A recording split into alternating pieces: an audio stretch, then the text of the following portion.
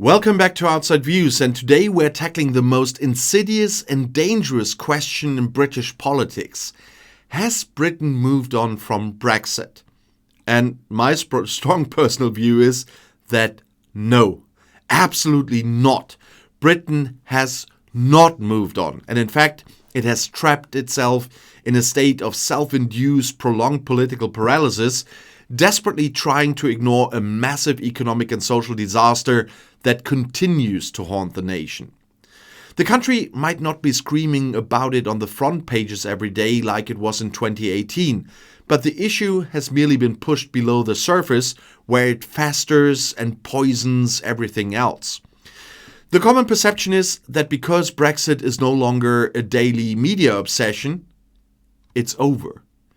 But a new study confirms this. The intense political noise peaked between 2016 and 2019, and the media spotlight has receded since then. That's why I'm attacked every day for still bringing that topic, which is still a very important topic.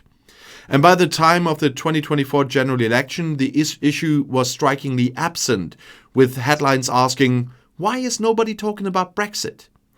But this decline in visibility is not closure.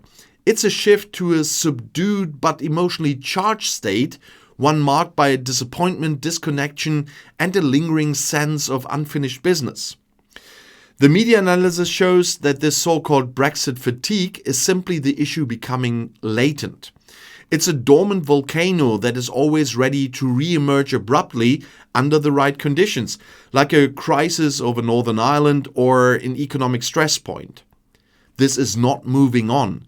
This is the nation holding its breath and refusing to look down at the massive economic hole it has fallen into.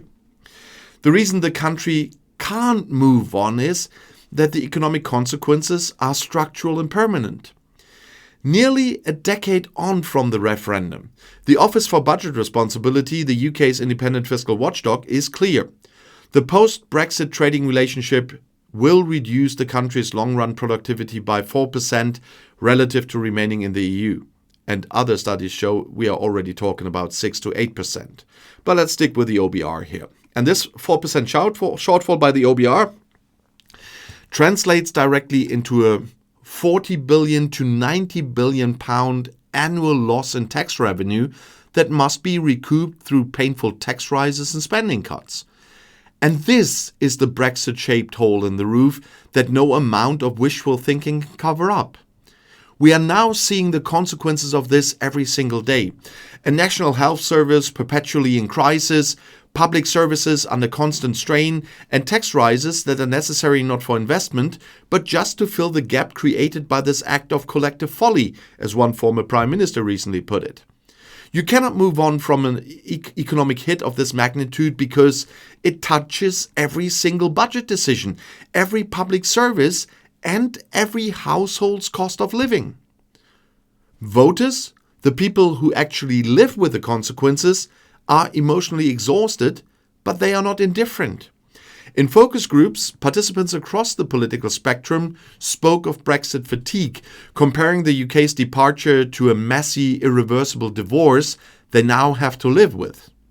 And this is not a sign of acceptance, it's a profound loss of trust and a feeling of disempowerment and just giving up. People feel they were manipulated by misinformation and false promises, so they feel rightly so, having been sold the notion that leaving the EU would be a straightforward and simple operation. And the disillusionment is so deep that many have simply stopped investing energy in the debate because it feels futile. And I usually only hear from the Borg about that. Resistance is futile. It's like almost the whole UK has been assimilated. But this isn't a healthy resolution. It's apathy born out of overexposure and unmet expectations. The public has not found closure. They have simply put the lid on a boiling pot because they are tired of the conflict. The political establishment, meanwhile, is doing everything in its power to tiptoe around the reality. The government is trapped in an impossible contradiction.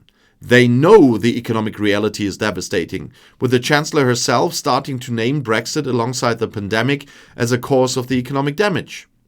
But they carefully couch the problem as a result of a bad Brexit deal on the way they left the EU, desperately trying to frame it as a problem of negligent negotiation rather than a strategic miscalculation of epic proportions.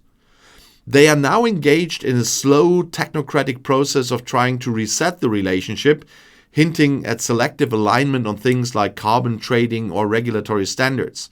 And just saying, with the last deal, they already failed with SAFE. Talked about this a few days ago.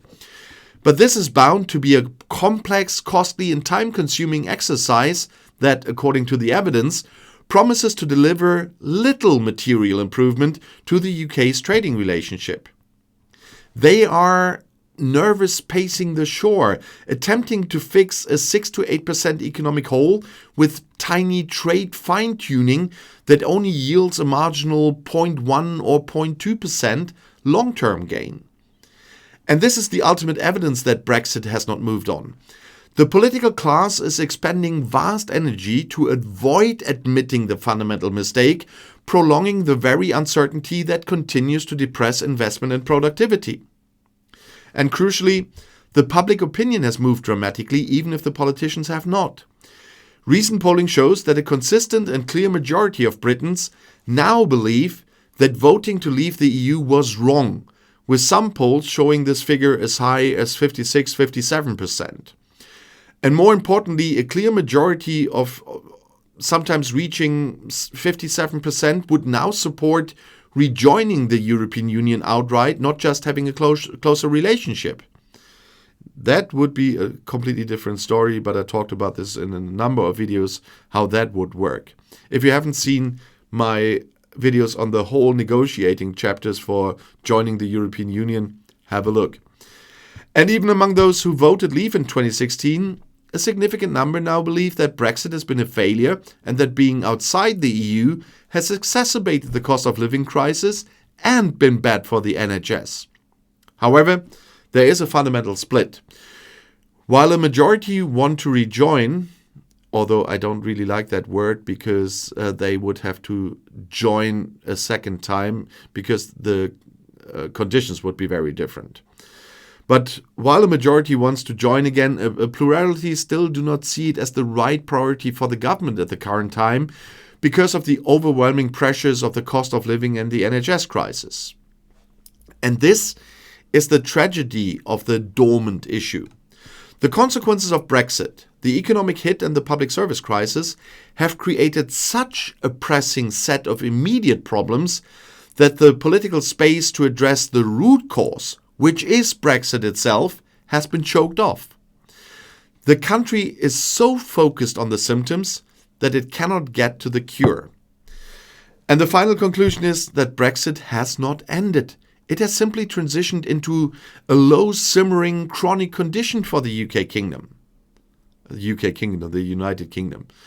And the conversation has shifted from a polarized standoff to a low-simmering question mark that can flare up at any moment.